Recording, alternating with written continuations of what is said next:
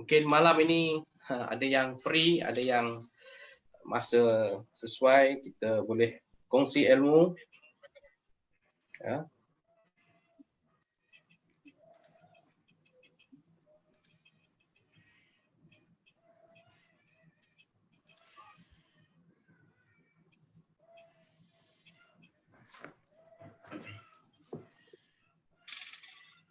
Okey, insyaAllah kita mula sekarang ya. Cik Wan boleh ya? Boleh insyaAllah. Okey, Assalamualaikum warahmatullahi wabarakatuh. Alhamdulillah. Alhamdulillah nahmaduhu wa nashkuruhu wa nasta'inuhu wa nastaghfiruh wa na'udzu billahi min syururi anfusina wa min sayyiati a'malina. Asyhadu an la ilaha illallah wa asyhadu anna Muhammadan abduhu wa rasuluh. Alhamdulillah, hari ini kita sudah pun seminggu kita berada dalam bulan Syawal. Semoga semua amal ibadah kita di bulan Ramadan diterima oleh Allah Subhanahu Wa Taala, dan ada juga yang sekarang ni sudah pun memulakan puasa 6 ya. Insya-Allah kita doakan segala amal ibadah kita pada tahun ini ataupun pada bulan ini akan lebih baik ataupun lebih sempurna ya jika kita dapat lakukan puasa 6 tersebut insya-Allah. Dan diskusi kita pada malam ini adalah siri yang ke-10 ya, bersama dengan tetamu jemputan kita, iaitu saya rasa ramai dah kenal, rakan saya juga yang bukan baru ya, ini rakan lama ya. Memang saya rasa semua orang kenal, adalah Encik Wan Azli Wan Abdullah. Assalamualaikum Encik Wan. Waalaikumsalam warahmatullahi wabarakatuh. Selamat Hari Raya, maaf zahir batin, dah lama tak bertemu Encik Wan. Selamat Hari Raya, maaf zahir batin. Dia kalau boleh ulu tangan dekat sini je lah kan. Kita boleh ulu macam ni. Okey. Alright Wan. Okey, Encik Wan adalah salam mayang. Ya, salam maya ya, kita berkait inilah. InsyaAllah. Cik Wan Azli adalah merupakan pengarah ya sekarang ni, pengarah Pusat Komputeran dan Informatik CCI UMK. Ya Cik Wan. Tahniah di atas jawatan tersebut. Semoga amanah itu dapat dilakukan baik. Alhamdulillah ya, sebenarnya pada malam ini kita buat satu percubaan untuk melihat sejauh mana aktiviti ini juga boleh dilakukan sebenarnya bukan ke masa pagi ataupun malam. Petang kita boleh sebenarnya berkongsi pada bila masa inilah norma baru, sebahagian daripada norma baru yang akan kita lakukan pada masa akan datang insya-Allah. Dan lebih menarik pada kali ini atau topik yang kita bincang atau kita diskusikan pada hari ini adalah tentang ICT. ICT sebab Wan Azli ni ada orang ICT, so kita bincang tentang ICT, iaitu kesedaran dan pembangkit. Betul Wan? Cik Wan? Ya, saya. InsyaAllah kita boleh diskusi. Sebenarnya bukanlah terlalu serius insyaAllah. Pada mereka yang ingin bertanya kepada Cik Wan Azli, boleh letakkan soalan-soalan di ruang komen. Mungkin lepas ini kita akan bacakan mana-mana yang boleh kita baca, kita tanyakan kepada panel kita insyaAllah. Cik Wan, sebelum kita mula Cik Wan, mungkin sebut sikit, Cik Wan cerita sikit mungkin secara global ataupun senario ataupun secara umum, apa itu kata perkembangan ICT terkini lah dalam konteks pengajian tinggi barangkali ataupun secara umum. Mungkin ada pandangan. Silakan Cik Wan, mukadimah dulu. Bismillahirrahmanirrahim. Assalamualaikum warahmatullahi taala wabarakatuh. Pertama sekali saya ucapkan tahniah lah tahniah kepada penerbit Misi Malaysia Pahang melalui Suara UMP Suara UMP sempena Karnival Buku Ilmiah yang saya difahamkan oleh sahabat lama saya ni. Sebenarnya asli ni daripada zaman kampus lagi ni, daripada zaman belajar Universiti Malaya. Sama-sama waktu petang kata tunggu untuk makan minum petang di asrama kan.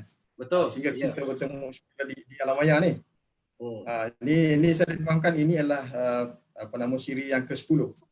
Kalau dalam bahasa komputernya Azli satu dan kosong itu adalah digit data dia panggil, satu dan kosong. Binary dia satu atau kosong kan. Dia akan ada unik lah. So pemilihan tarikh dan juga masa ni agak sesuai lah untuk kita berbincang sebagainya berkenaan dengan ICT So ada 3 perkara yang kita boleh lihat. Satu dari segi apa itu terminologi ICT itu sendiri lah. Sebelum kita pergi lihat kepada kesedaran dan juga pembangkit dan juga apa trend terkini Encik Azli Ya betul. Kadang-kadang saya biasa dengan Azli, kadang-kadang saya biasa dengan Ketua Sulung, kadang-kadang saya biasa dengan Saudara Azli kan. Hari ni ada yang kata jumpa kawan lama dekat Alam Maya, saya kata ini cerita pasal bateri 2A. 2A ya. Kita 2A kebetulan nama kita sama. Ya, ada satu lagi yang saya rasa mungkin kita misleading untuk mungkin kita reserve untuk session akan lain lah. Ya. Itu Adli Azamin satu lagi. Ya, Abang Min lah, saya kata Abang Min seorang Okey, saya balik pada perbincangan kita lah. Kita macam kita kata tadi sebut santai tak yalah. Saya tidak membicarakan dalam bahasa yang agak susah Kita biasakan dalam bahasa yang mudah. Satunya kita bincang dari soal terminologi ICT itu sendirilah. Okey, kalau kita lihat perkataan ICT itu datang daripada information, communications and technology lah. So kalau kita kata lihat I itu sendiri asli I itu adalah information. Okey, dalam information tu sebelum adanya information tu kita ada data lah. Data macam saya sebut tadi ada kosong ataupun ada satu.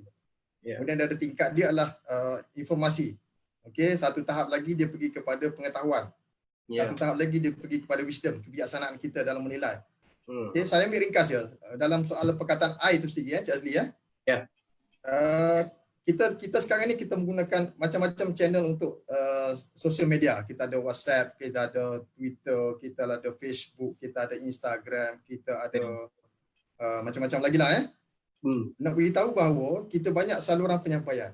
So banyak maklumat yang kita terima. Azli sendiri ada berapa grup dalam WhatsApp lah. Kita ambil satu contoh WhatsApp lah. Saya rasa mungkin lebih pada 10 ke? Ya, lebih 10. Ya. Kalau lihat kepada maklumat macam-macam maklumat Betul. Hari ni kita dapat maklumat pasal kematian. Kita pun ramailah sebut innalillahi wa inna ilaihi rajiun. Esok kita dapat petang sikit kita dapat pasal berita kejayaan, congratulations, tahniah dan sebagainya kan. Malam hari sedikit kita dapat cerita pasal politik, pasal kemalangan, pasal arak sebagainya. Tetapi dalam informasi yang saya nak cerita kat sini adalah sejauh mana ledakan maklumat ini kita berjaya untuk memahami maklumat itu dan kita tapis adakah maklumat itu betul ataupun sebaliknya. Sekarang ni kita berdepan dengan maklumat betul sahih ataupun palsu. Seperti mana dalam Al-Quran sendiri pun sebutlah, tidak saya dalam Al-Hujurat ayat 6 bila datang pada kamu satu berita daripada mana-mana fasik sebagainya, hendaklah kamu selidik. Sebab apa? Sebab kita risau pengetahuan kita pun kurang dan kita menyampai pula benda yang tak betul, jadi kita mengupang pula benda yang tak betul lah. Oleh itu ledakan maklumat hari ini memang cepat. Jadi kita kena tapis. C yang kedua yang nak saya tekan adalah perkataan yang kedua C itu communication. Macam mana kita komunikasi. Kalau Azli masih ingat dululah zaman kita belajar Ali macam mana kita berkomunikasi secara fizikal. Masa tu tak ada alam maya lagi lah. Kalau ada alam maya pun agak terhad Ali Betul, terhad. Saya rasa masa kita belajar dulu, umur kita dalam 1920-an dulu Betul. Saya rasa kita pakai IRC, Internet Relay Chat. Kalau you masih ingat lah, belum ada Friendster, belum ada lagi lah. Saya rasa saya sanggup pergi ke cyber cafe untuk waktu malam nak cari channel-channel untuk nak borak dengan cari awet ke sebagainya, nak borak dengan kawan-kawan sebagainya kan. Channel kampung kan, banyak channel. Sekarang hari ni communication kita dah bukan setakat verbal dah melebihi segala-galanya. Orang lebih sesuai kalau rasa malu baik text saja. Betul. Berhadapan dengan satu senario sekarang kita berada dalam alam maya communication kita dah wide besar. Cuma tinggal lagi macam mana kita nak menyesuaikan dengan keadaan, dengan kefahaman kita, dengan kecerdasan kita ataupun dengan pengetahuan kita macam mana nak gunakan. Kalau sebelum hari ini saya sendiri pun tak pernah pakai channel Zoom, Webex dan sebagainya. Tapi pendedahan kepada komunikasi yang baru ini ataupun push factor daripada kesan pandemik COVID itu sendiri menyebabkan kita lebih untuk mencari solusi berbanding kepada permasalahan yang ada. Kalau kita tidak mencari kepada penyelesaian, betul. Kita agak terbataslah kepada maklumat yang kita sebut tadi, komunikasi yang ada sekarang. Wan, kita lihat macam perkembangan yang Cik Wan cerita tadilah. Sekarang ni kita lihat bila pandemik ini berlaku, dia mempercepatkan lagi proses transformasi sebenarnya. Kalau kita lihat IR 4.0 kita bincang dahulu, kita tahu semua kena online. Tapi sekarang ni apa yang berlaku adalah dalam bentuk yang terpaksa kita buat. Kan? Terpaksa. Setiap individu, hampir setiap individu mau tak mau dia kena ada kompetensi dalam bidang ICT. Ini yang kita nak berdiskusi kesedaran tu. Kadang-kadang kita ni bukan kita tak mau ke depan, tapi kadang-kadang faktor-faktor mungkin umur sebagainya yang kadang-kadang melambatkan kita untuk mempelajari perkembangan dalam bidang ICT. Bagaimana sebenarnya keadaan sekarang lah, terutamanya dalam era COVID ni, kompetensi yang perlu bagi individu khususnya bekerja dalam sektor awam yang memerlukan kata kefahaman sebenarnya dalam ICT basic ni macam mana sebenarnya pada pandangan Encik Wan? Kita ambil satu keadaan yang saya sebut tadi adalah kita ada informasi dan yang kedua saya sebutkan tadi adalah kita ada communication, macam mana channel kita nak hubung daripada jauh pada dekat sebagainya kan. Dah tanpa sempadan. Yang menjadi hambatan kita adalah sekarang faktor teknologi. Teknologi itu mungkin ke depan, katakan kita berada dalam kata industrial revolution. Revolution yang keempat sekarang ini, daripada internetnya sendiri dah beralih kepada pasal yang baru, industrial revolution. Kita dibayangi adalah bahawa ICT segalanya mungkin akan mengambil alih bidang-bidang yang kita sebutkan tadi. Betul. Tetapi pada masa sama juga adalah kita lihat dari segi kebaikan tanpa melihat dari segi keburukan teknologi itu sendiri. Encik Azli Ya, betul. Teknologi itu sendiri kadang-kadang ada membantu kita. Contoh Azli saya suka mengimbau sebab kita berdua daripada alam kampus yang sama Ya, betul. Kalau semasa masa dulu kita membuat tugasan yang diberikan oleh pensyarah kita pakai apa Ali?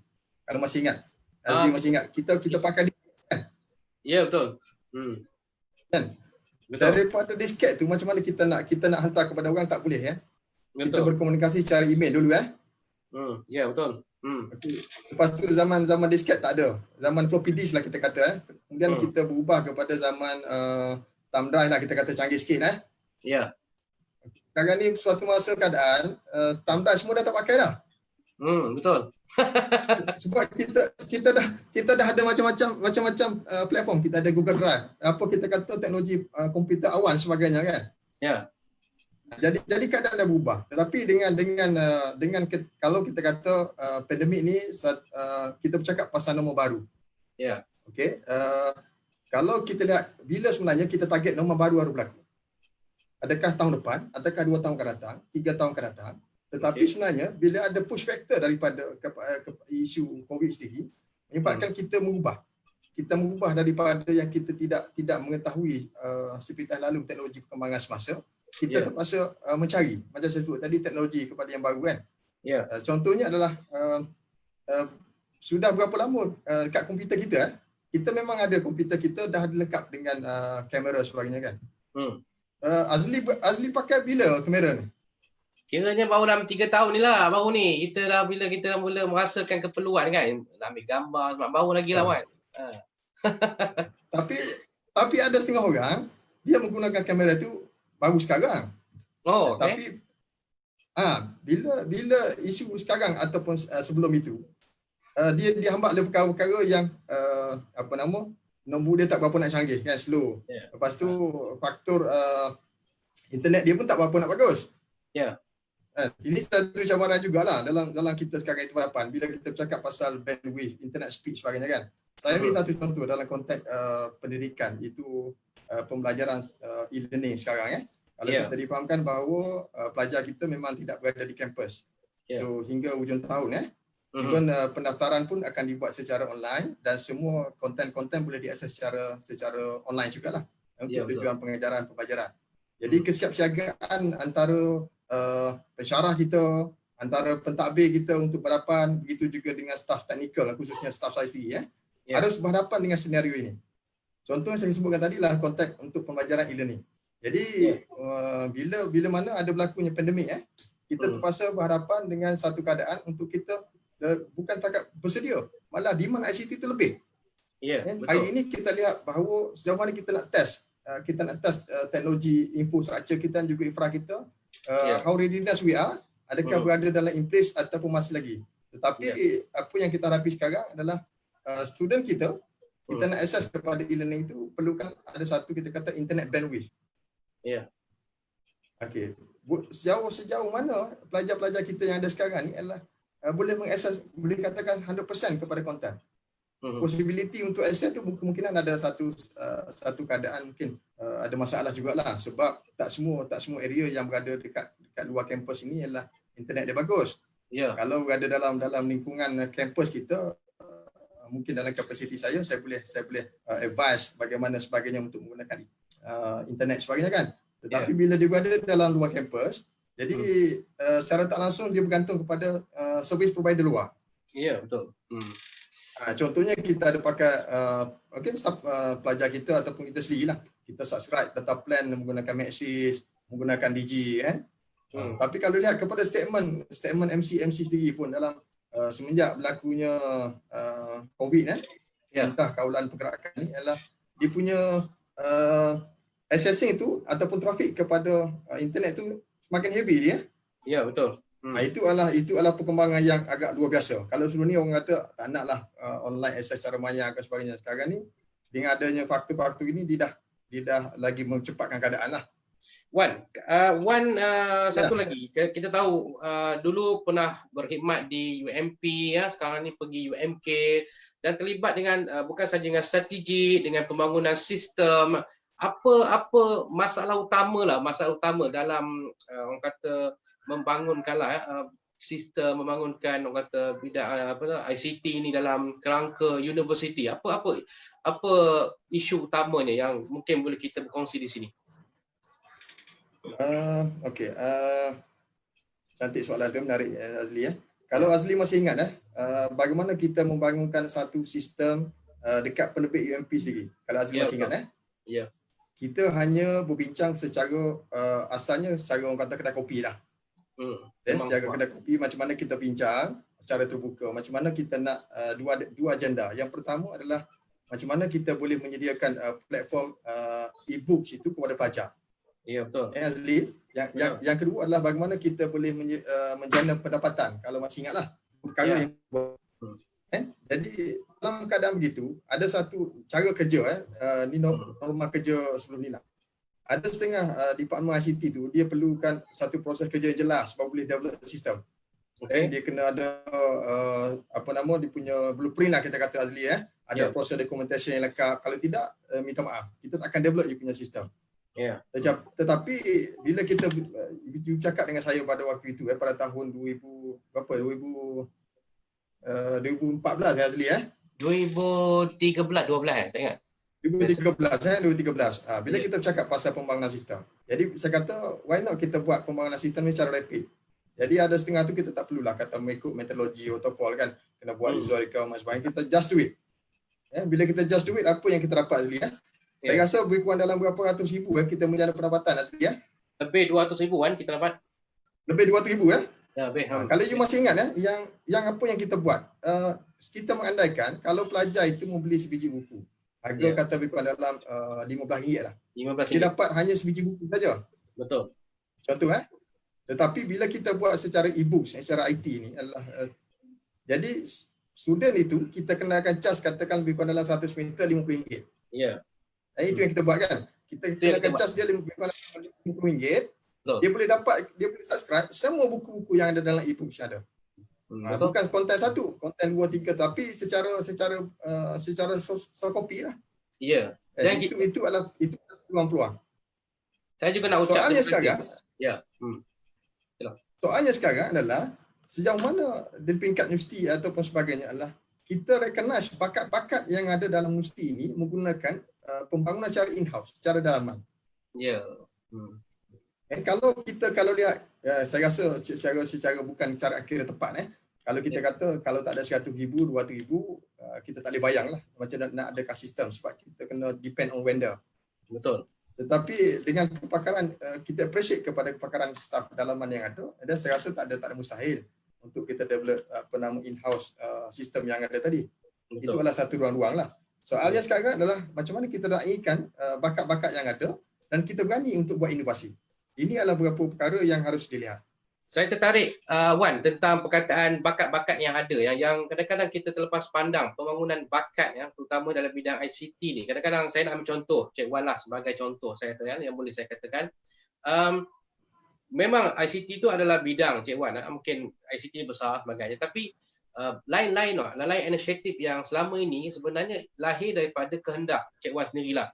Design, Malah belajar buku pun cikgu datang jumpa saya macam mana anatomi buku, apa perlu buat. So kita belajar, sharing knowledge. Saya lihat pada hari ini jika boleh kita ulas sedikit bahawa tidak lagi ada perbezaan antara individu yang mana kalau dia bidang ICT dia kena tahu ICT saja. Kalau dia bidang penerbitan dia hanya tahu penerbitan saja. Kita mungkin dah dalam isu sekarang ni pandemik yang berlaku ni kita perlu cross knowledge sekarang ni. Masing-masing perlu bukan saja memahami tapi kena mempelajari, kena bersedia berkongsi mungkin daripada UMK berkongsi dengan UMP berkongsi dengan UMK. Kita dah bersifat global. Bukan begitu. Apa pandangan Tuan Azli? Okey, macam Azli sebut tadi lah, macam mana kita nak hargai bakat Ya. Yang pertama pada saya lah, saya bercerita atas kapasiti saya Pengalaman saya adalah untuk memimpin bakat adalah kita sendiri adalah mesti berbakat. Ya.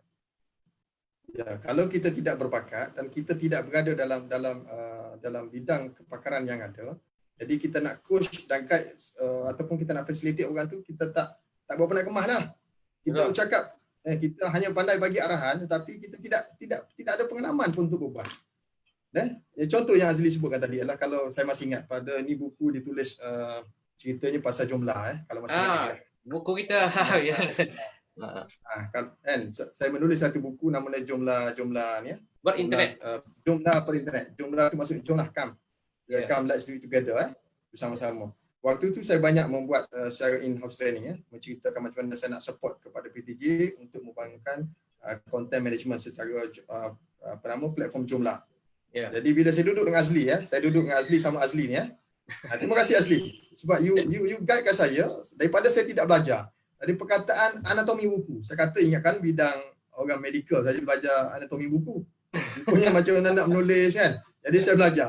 Walaupun dalam apa nama di kampus Universiti Melaya dulu saya presiden Persatuan Mas Melayu. Belajarlah sikit sebanyak terminologi sastra bahasa yang betul DBP dan sebagainya kan. Tapi bila Azli dia guide saya, Azli guide Azli. Jadi saya rasa boleh mengasih satu buku. Mengasih satu buku untuk diterjemahkan pada keadaan. Jadi itu yang saya kekalkan pada masa sekarang ni adalah untuk membolehkan menjadi macam kita sebutlah pasal leader dan sebagainya kan. Antara leader dan followers kan. You must or you be a good leader. Kalau you sendiri pun mesti datang daripada kepimpinan yang bagus lah. Kan? Kalau you hanya pandang mengarah tidak berbuat, saya rasa itu masalah besar. Sebagai satu contoh, saya ambil satu contoh yang berlatar belakang pasal pandemik. Saya dapat satu cabaran daripada pengurusan sendiri lah. Jadi pengurusan kata dalam tempoh keadaan kita orang bertenang lah, semua orang duduk selesa dekat rumah sebagainya, Azli why don't you plan ataupun you buat satu inovasi macam mana kita nak lihat nak tahu koordinat staff kita dan kita padankan koordinat staff kita tu dengan kawasan berisiko zon hijau, zon merah sebagainya dan untuk tujuan kita melihat rantaian pandemik Jadi saya ambil cabaran itu dalam tempoh rasa seminggu sebagainya. Dengan saya ingat limitasi tim CCI yang ada sekarang pun mungkin tak ramai yang ada kepakaran untuk membangunkan mobile app. Saya sendiri pun specialist dalam software development sebagainya. Sedikit sebanyak pengetahuan infra sebagainya. Jadi saya form the team untuk membuat satu smart tracking kalau Azli perasan saya pernah konsisten ni.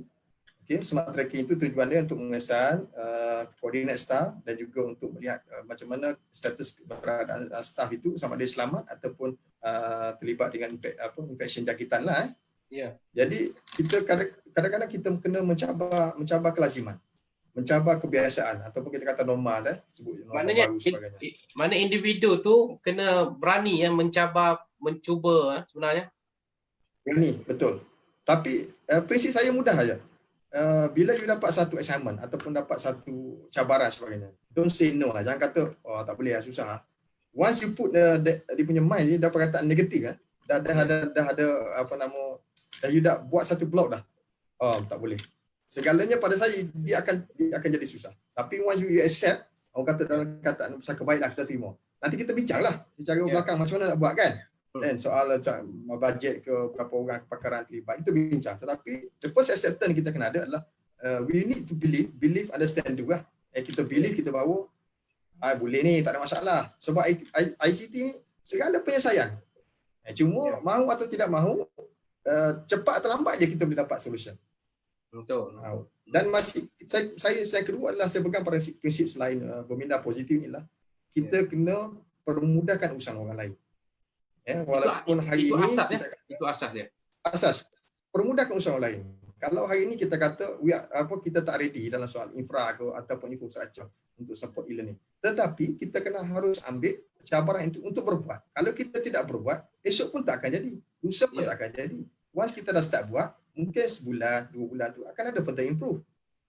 Kalau kita tak ambil cabaran, tak ada orang nak buat, selama-lama kita akan jadi cerita bangau-bangau, menyalahkan keadaan sebagainya kan.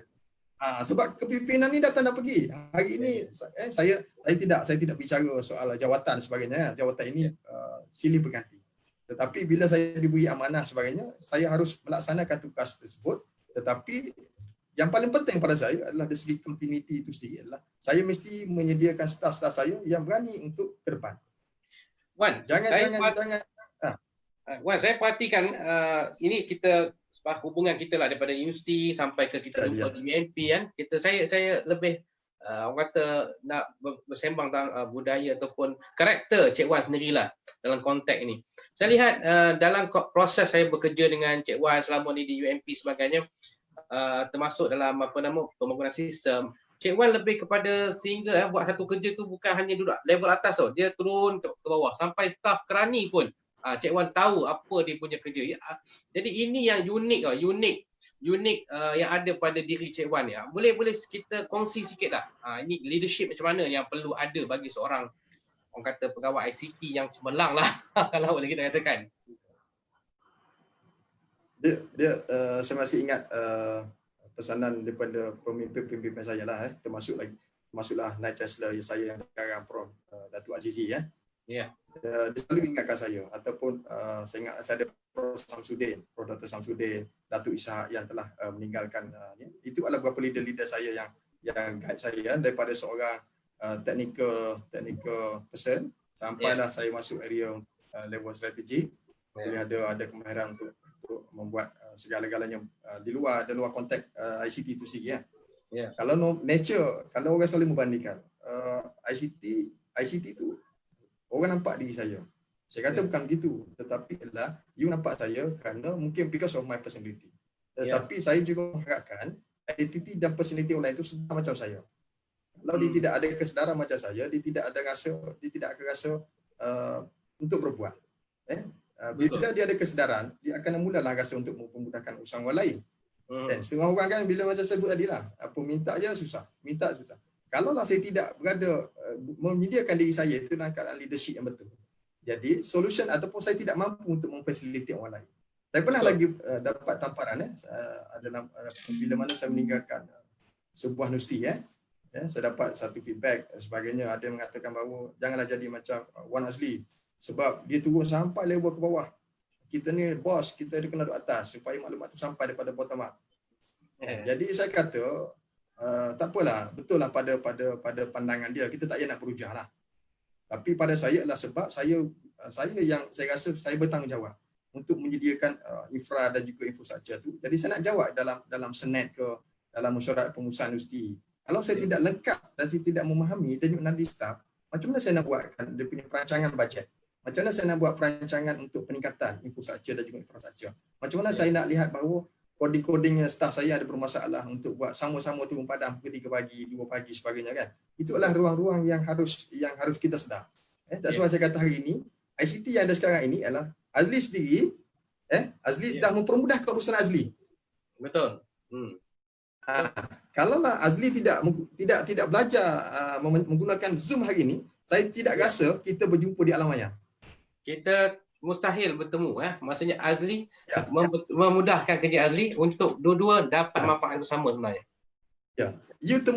Kita berdua temukan alam maya, tetapi di luar sana melihat cara live.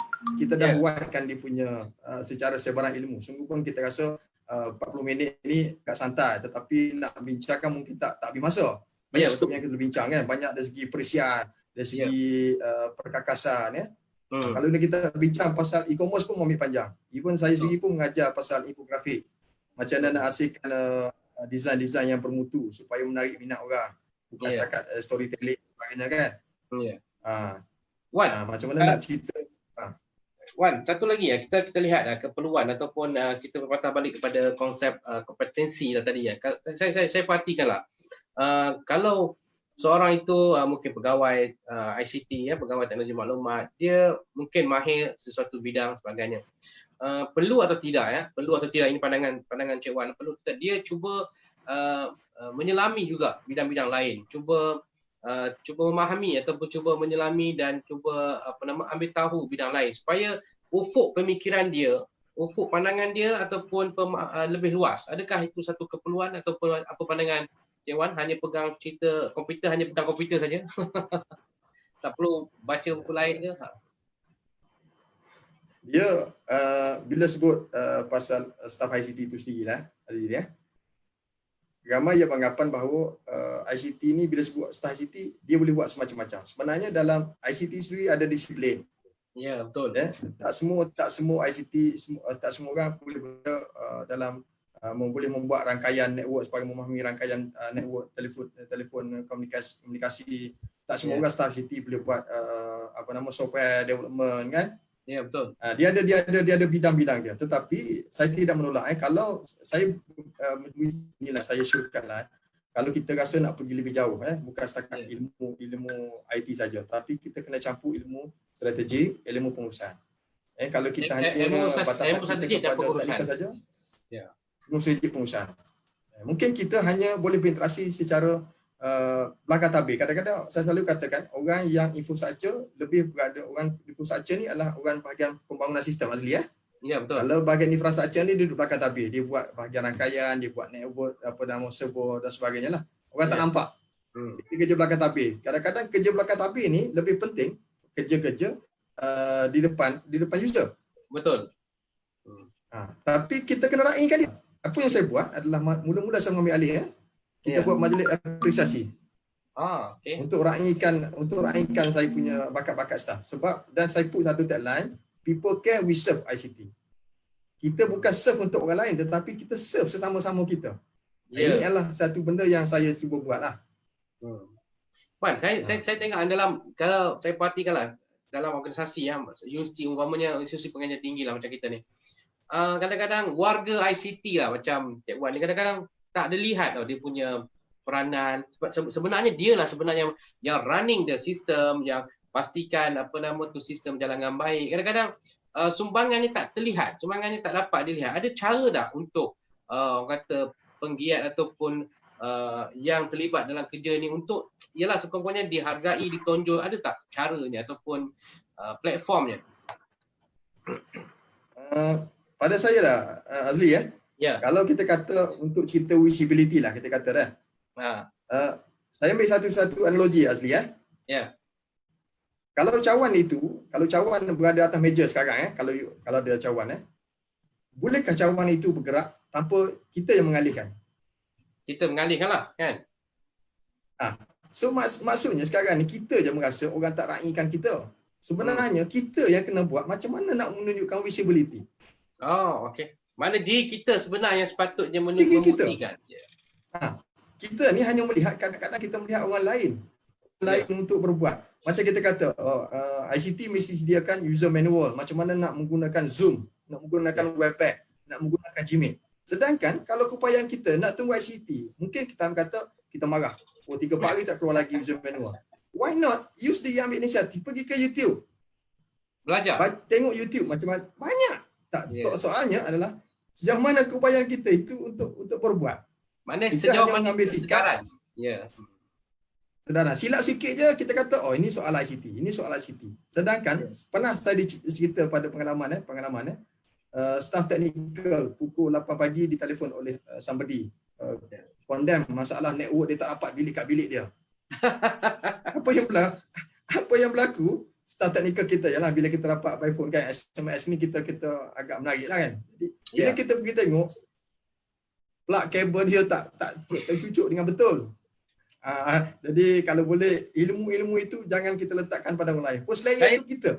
Saya tertarik Cik Wan tentang ilmu basic yang perlu ada lah kepada individu yang yang bukan dalam bidang ICT lah kadang-kadang. Kadang-kadang pelak tak sambung, bukan bukan masalah ICT sangat. Kadang-kadang dia sendiri tak ada inisiatif untuk lihat, cari ilmu tu banyak macam dalam YouTube. Kadang kita boleh sendiri install, tak perlulah telefon pegawai ICT nak tahu macam mana. Sebenarnya kadang-kadang pemahaman itu kena jelas sebenarnya. Betul? Macam mana Wan? Saya nak tanya Azli lah. Ya. Sebelum Azli tanya saya nak tanya Azli balik. Okey. Kenapa Azli ambil inisiatif menjadi moderator dan mempraktikkan perkara-perkara teknikal dalam membuat persediaan untuk malam ini? Ataupun siri-siri lain lah. Pertama, kita rasakan itu kompetensi yang kita perlu ada sebenarnya. Kompetensi yang perlu kita ada meningkatkan kita punya satu kemahiran yang kita ada. Kita tak nak ketinggalan sebenarnya. Kalau kita ketinggalan, kalau kita tak tahu perkara ni, kalau orang tanya umpamalah, macam mana kita nak jawab lah, itu antara faktor-faktor yang saya rasa kita perlu fikirlah. Saya rasa jawapan Azli itu dah mempermudahkan saya. That's why saya kata tadi, ICT itu datang bukan daripada CCI, bukan daripada ICT ataupun TMK, Pusat Teknologi Komputer kan.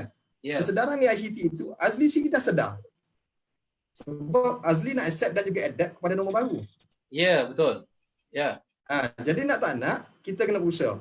Saya sendiri berhadapan dengan senario-senario macam-macam sekarang lah kan. Pelajar sendiri tak boleh nak akses. Kadang-kadang macam saya katalah, kalau dia mengambil inisiatif, kalau dia melihat masalah, dia tidak bergerak daripada masalah untuk melaksanakan proses pembelajaran. Tapi kalau dia mengambil inisiatif, mungkin dia zaman sekarang dah boleh bergerak kan. Dia pergilah kepada yang terampil, kepada yang mana ada talian-talian yang bagus sebagainya. So gunalah manfaat. Walaupun kita lihat bahawa constraint itu ada, tetapi kesedaran diri itu ada. Harus diambil lah. Kalau tidak dia akan lihat ICT ini selama-lama bermasalah. Silap sikit ICT, silap sikit ICT kan. Tetapi macam Facebook jugalah. Facebook tidak menyediakan user manual, tetapi kita belajar self learning sendiri. Ya, betul. Wan, satu lagi Wan. Kenapa Facebook? Ya, betul. Wan, satu lagi tadi kita bicara tentang ICT. Sekarang kita tengok cuba konten dalam bentuk sekarang ni kan kita dah lihat ramai yang pergi online, e-commerce sebagainya. Sekarang ni dah ramai e-learning. Sekarang ni Cik Wan pun terlibat dengan e-learning. Adakah contohnya institusi pendidikan tinggi sekarang ni bersedia dah untuk berhadapan dengan senario ini, ataupun ICT ataupun teknologi maklumat, Jabatan Teknologi Maklumat dah bersedia dengan berhadapan dengan perkara ini dari segi mentaliti dan juga kemahiran? Pada saya, macam saya sebut di awal tadi adalah dengan adanya faktor pandemik ini, kadang-kadang dia mempercepatkan proses. Okey, katakan dalam perancangan ICT, kalau saya punya perancangan saya, katakan untuk tujuan penambahbaikan ini mungkin berlaku dalam setahun dua akan datang Tetapi bila keadaan pandemik ini berlaku, mungkin dia dah jadi awal. Proses itu jadi awal. Jadi saya terpaksa review balik proses-proses tersebut dan saya kena angkat kepada pengurusan sebagainya untuk lebih memahami. Contoh saya dipahamkan oleh banyak universiti lain sebagainya, soal constraint dari segi bajet dan sebagainya. Tapi bila ada proses pandemik sebagainya, proses itu dipermudahkan. Mungkin certain budget itu dah boleh disalur kepada CCI. Kita mungkin tidak lagi travel bila ada proses maya gini. Betul. Bajet untuk penginapan, bajet untuk travelling sebagainya mungkin dikurangkan. Jadi sedikit sebanyak investment itu boleh disalurkan kepada ICT. Itu adalah sebahagian-bahagian proses-proses yang ini. Jadi soal bersedia ataupun tidak, pada saya adalah kita mesti bersedia. Sebab kalau tidak bersedia, bila kita nak buat? Kalau kita tak ambil peluang ini. Ya, betul. Tak ada pilihan. Kan? Maknanya sama ada kita nak atau tak nak, kesiapsiagaan tu kita kena sedia sebenarnya. Sebab benda itu dah berlaku. Umpama ginilah Cik Wan, orang yang selama ni tak pandai berlari, tiba-tiba nampak hantu, nampak anjing, kena kejar, dia akan jadi larinya. Dia mesti boleh lari, betul tak? Jadi sama ada dia suka atau tidak, kan? Dia terpaksa buat apa yang berlaku dalam norma baru inilah. Okey Cik Wan, kita ada satu soalan ni Wan daripada rakan yang di Facebook ditanya tentang adakah persiapan dari segi pembelajaran online ni pada pandangan Cik Wan kita sudah pun bersedia ataupun dari segi fasilitinya sudah pun bersedia dari segi pembelajaran e-learning? Untuk pembelajaran e-learning kita secara jujurnya sekarang ni memang kita berhadapan dengan satu keadaan saya boleh konteks yang kita lihat lah, satu dari segi internet bandwidth berapa besar kita punya internet sebagainya kan. untuk membolehkan house speed dia punya kepada konten-konten tersebut kan. Itu ialah isu-isu yang kita berhadapan. Walaupun kita ada internet laju sekalipun, itu dalam konteks dalam kampus. Tapi isu sekarang, bagaimana pelajar boleh akses sebab dia berada di luar kampus. Provider itu bukan lagi provider dalaman kampus, tapi provider luar macam kita ada Telco, Digi, Maxis sebagainya. Macam ni boleh bagi komitmen kepada coverage-coverage yang lain lah. Yang kedua dari segi infrastruktur yang kita ada sekarang ni adalah kita berhadapan dengan storage kita. Storage kita dia bukan lagi storage yang berkaitan langsung dengan konten yang perlu dimasukkan oleh bahan-bahan e-pembelajaran. Kalau kita sediakan space yang besar, tekan 50 tera sebagainya. Semakin besar highway, semakin banyak konten masuk. Tetapi dalam soal alternatif yang kita cuba buat adalah kita cuba educatekan kita punya end user kita, especially on kita punya akademik sebagainya, pensyarah ataupun student. Ada sebahagian tu konten-konten tersebut kita kena route ataupun kita kena channel kepada alternatif lain. Mungkin kita ada YouTube, kita ada Dropbox, kita ada Google Drive yang bersifat secara cloud. Sebahagian konten tersebut kita boleh kurangkan beban kepada ICT itu sendiri. Ya, betul. Cuma soal kebersediaan dalam untuk keseluruhan online sebagainya, saya rasa di peringkat nasional kementerian sendiri sudah memikirkan bagaimana framework yang baiklah, yang bagus untuk dibuat digital learning untuk mengambil keseluruhan. Tapi ada soal pelaksanaan itu adalah masa dia yang kena buat. Cik Wan, kita ada satu soalan daripada Puan Norish Hassan, rakan kita juga di Alamaya. Soalannya agak menarik saya bacakan sini. Selain daripada awareness tentang basic ICT macam yang tadi sambung plug kita nak cas sebagainya, apa lagi kefahaman kegunaan tool peralatan penting contohnya guide manual, sebab bagi orang yang bukan ICT kita kena ada tahulah basic-basic yang selain daripada apa yang disebut tadilah. Apa lagi tool ataupun apa lagi benda yang perlu basic tahu orang yang bukan dalam bidang ICT ni? Okey, terima kasih kepada Norish, ni kawan kita juga yang aktif dalam sosial media bila saya sebut ICT tadi luas Azli luas. Tapi saya cuba fahamkan soalan itu dalam konteks bisnes dia. Sebab dia ada seseorang ni ada niche. Kalau Azli dalam perbitan, betul untuk perbitan. Kalau untuk software ni, tapi dalam konteks bisnes lah kita kata Tambah satu elemen lah untuk membuat marketing, untuk membuat bahan promosi. Katakan kita nak buat bahan promosi, kita nak keluarkan satu produk. Jadi tool yang kita pilih sekarang ni adalah kita mungkin ada constraint kita nak buat design. Betul. Jadi kita terpaksa hire freelancer atau designer luar untuk mencapaikan matlamat kita untuk menghasilkan satu design bulat ke brochure yang bagus lah. Betul. Tetapi apa yang sebenarnya yang boleh kita buat pada diri kita tool tu banyak. Kita ada Canva, kita ada infograma sebagainya untuk kita buat. Dekat Android sendiri ada banyak tool yang kita perlu buat. Betul. Dia just kita pilih gambar, kita masuk konten dan sebagainya, pilih background, kita boleh publish secara maya. Itu adalah kemudahan yang tidak dieksplor. Saya perhatikan Wan, sebenarnya banyak elemen yang dah disediakan baik dalam bentuk aplikasi, app sebenarnya. Sama ada kita mau belajar tak nak belajar je sebenarnya kan. Sekarang ni kalau kita lihat setiap orang yang contoh terlibat dalam bisnes, dia perlu belajar editing video, perlu belajar bagaimana nak buat konten, dia perlu belajar nak buat poster, simple poster. Saya rasa itu basic lah. Basic. Dan bagi kita warga universiti pun saya rasa setiap staff pun sudah mahir sama ada nak buat video, editing video, nak buat apa gimmick. Dulu ingat tak kalau masa zaman kita di UMP dulu kita nak gimmick pun kita kena hire orang lain, bayar beribu-ribu. Sekarang ni saya fikir dah banyak template, dah banyak elemen-elemen itu yang sebenarnya patut dikuasai. Apa pandangan Encik Wan basic benda tu? Macam Azli sebut tadi sekarang ni ICT tidak boleh spesifikkan yang mana yang sesuai. Contoh kita kata antivirus. Okey. Azli sendiri pakai antivirus apa? Ini dekat komputer pakai antivirus apa? Saya pun tak sure dia punya antivirus apa? Avira ke kan? Panda ke McAfee ke sebagainya kan? Jadi kadang-kadang ICT ni dia tak boleh spesifikkan. Dia hanya memberi kesedaran dan juga tu yang bersesuaian. Tetapi itu pulang kepada kita yang nak memakainya. Ya, betul. Macam contoh tadi kan, Kan dia punya dekat Play Store sih banyak.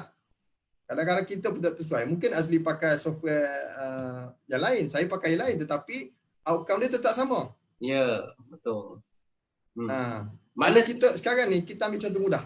Ya. Kita ni banyak sekarang kita banyak mengikut trend. Contohlah, kita ambil satu tak payah contoh panjang Azli Kita ambil Microsoft PowerPoint lah. Microsoft PowerPoint Azli version berapa? Ini 2000 berapa ni? 2017. Macam yakin tak yakin ke tak? Tak sure dia bila kita tidak memahami satu yang dah ada depan mata, kita tak hargai, tiba-tiba kawan cakap, Azli, ada version baru lah keluar, kita jom lah install lah. Kita pun uninstall. Tanpa kita ganti terus. Ya, sedangkan elemen-elemen untuk berbuat nak buat tukar, nak masuk voice, nak masuk gambar sebenarnya tetap sama. Tetapi versioning atau teknologi berubah. Betul. Tetapi sejauh mana kita mengkhususkan apa yang kita nak. Kalau kita ikut trend, handset pun kita tukar. Betul. Orang semua nak pakai handset Huawei. Betul. Kalau kita ikut trend, kita akan invest lah. Tapi kalau kita ikut apa yang kita nak, outcome yang sama, kenapa kita why pay more? Ya, betul. Kadang-kadang kita ni masih boleh guna version lama lagi. Tool-tool yang ada tu masih boleh diguna. Cuma kita terlalu ikut trend, kita rasa macam kita ketinggalan. Padahalnya kita pun tak teroka lagi. Microsoft Word, Excel pun kita tak habis belajar sebenarnya. Kan banyak lagi elemen yang kita tak tahu. Jadi kesedaran ni, sila. Satu lagi Azli dalam ICT ni ada kali kita kena banyak sabar. Kesabaran ni bukan, saya tak nak cerita kesabaran dalam soal support, user support. Kesabaran kita dalam memilih faktor teknologi. Katakanlah Azli hari ni membeli teknologi, contoh katakan harga dia sekian-sekian dengan kapasiti sekian-sekian, right? Jadi saya tenung je, saya tengok sekejap, saya relax sekejap, saya faham. Jadi saya kalau boleh saya nak lintas Azli. Katakan you subscribe katakan 6 gig dengan harga 1 juta contoh Saya pun sabar sikit, saya cari provider lain gini. Saya dapat 7 gig dengan harga 1 juta contoh. Pemilihan itu penting. Kesabaran itu dalam memilih dan juga harga 7 itu kena jelas. Jangan kan ikut trend. Semua pergi cloud. Jomlah kita pergi cloud tanpa kita memahami apa rasional dia. Mungkin ada proprietary, ada license. Ada orang ni tak dapat mungkin license dia, satu dapat free banyak contoh. Betul. Jadi Wan, kita pun dah kena penghujung Wan. Kita nak tanya soalan bonus Wan. Kita nak apa bacaan sepanjang PKP ni Wan, yang Wan baca buku? Yang boleh buku buku apa yang Cik Wan baca sepanjang PKP ni yang boleh kita kongsi? Pasti ada buku yang buku yang saya belajar sekarang adalah paling simple yang saya tengok sekarang adalah banyak secara online lah. Dalam konteks saya sekarang banyak online. Hari ni saja saya tengok macam mana dia punya SpaceX SpaceX dia hantar ke planet tadi.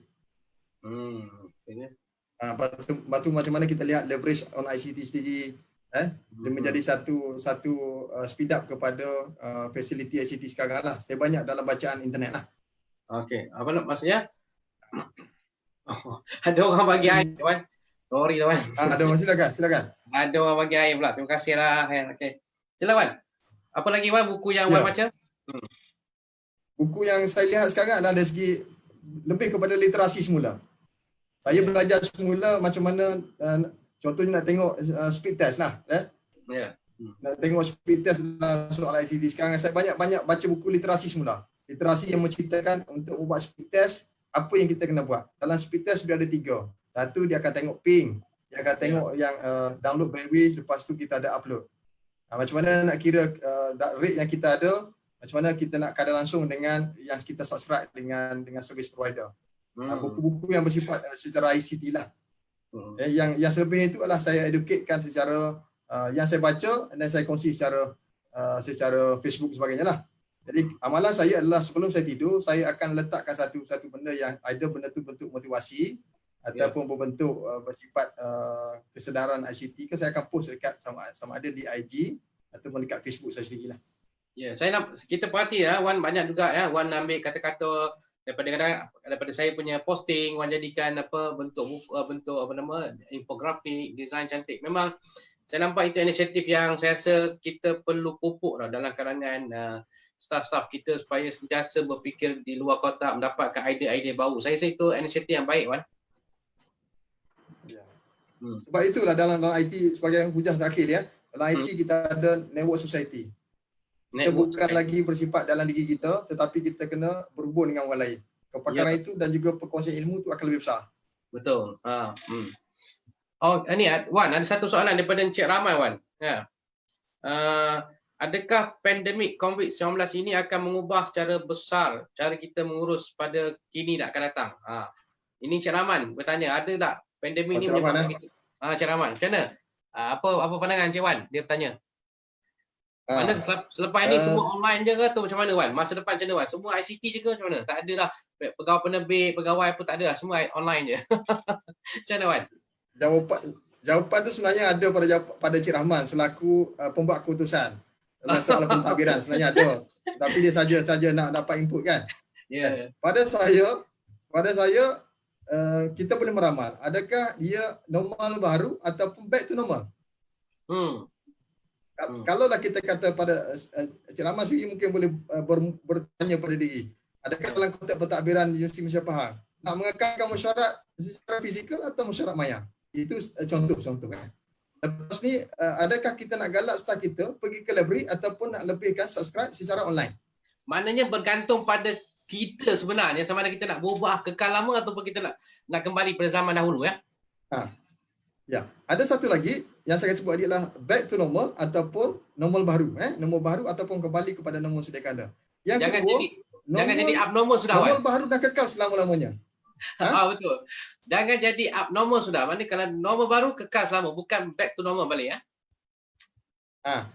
Dan contoh sekarang yang kita dekat yang mungkin lah, kita ada sekarang, kita contoh sebelum ni adalah kita pakai thumbprint.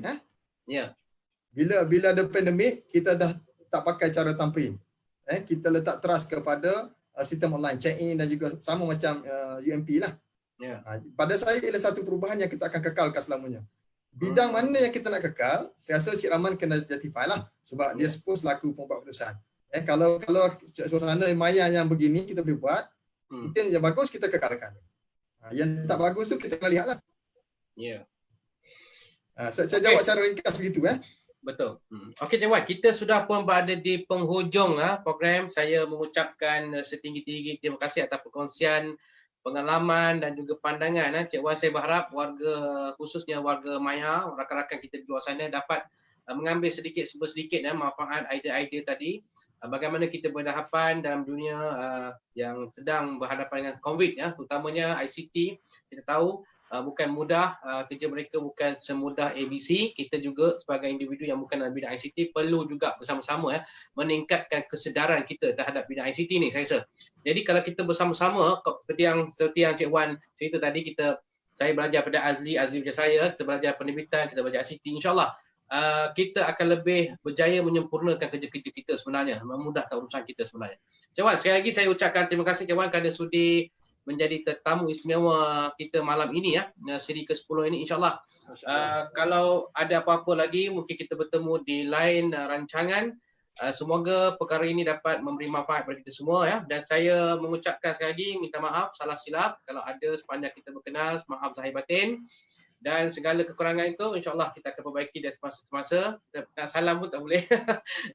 So saya setakat itu dulu, saya sudahi dengan wabillahi taufik wa hidayah. Wassalamualaikum warahmatullahi wabarakatuh. Semoga semua dapat manfaat daripada rancangan kita pada malam ini. Sekian, terima kasih. Terima kasih Cik Wan. Okey, insya-Allah. Assalamualaikum warahmatullahi wabarakatuh. Waalaikumsalam.